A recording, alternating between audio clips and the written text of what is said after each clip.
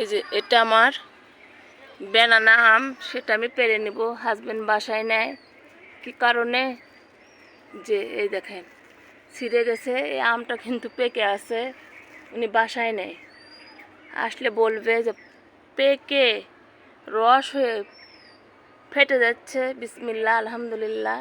এই যে বিশাল বড় একটা, প্রায় 400 গ্রাম হবে আমার এই আমটা। এই যে সুন্দরভাবে দেখালাম। এখানে কিন্তু আর একটা আমার আম আছে। এই যে কয়দিন ধরে পারবো মনে করলাম যে দুইজনে একসঙ্গে পেরে শেয়ার করব, কিন্তু হাজবেন্ড বাসায় নেই দেখে আমাকে পারতে হলো।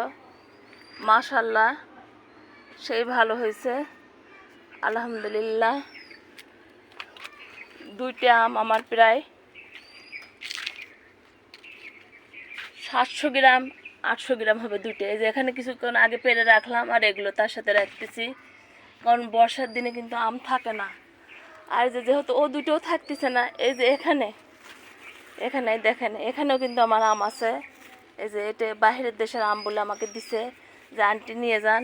এই দেখেন সেই সুন্দর হয়েছে। এটাও কিন্তু পেকে গেছে। এই যে এটাও আর আমার রাখা যাবে না, হাজবেন্ড বাসায় নেই, আমাকে কিন্তু পারতে হবে। বিসমিল্লাহ, আলহামদুলিল্লাহ। আপনারা খালি সবাই বলতেছেন যে ভাবি আপু আপনি এত আম দেখালেন, আল্লাহ পড়ে গেল সবগুলো।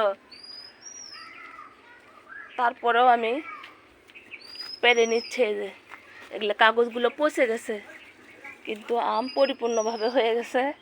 এই দেখেন এটা তো সেই হলুদ, এটা কিন্তু বেনানা আম না। এই যে সুন্দরভাবে, এই যে দেখেন সবগুলো আম আমার কাছ থেকে পড়ে গেল, সেগুলো আমি আবার কুড়াচ্ছি ঝরে পড়ার মতো।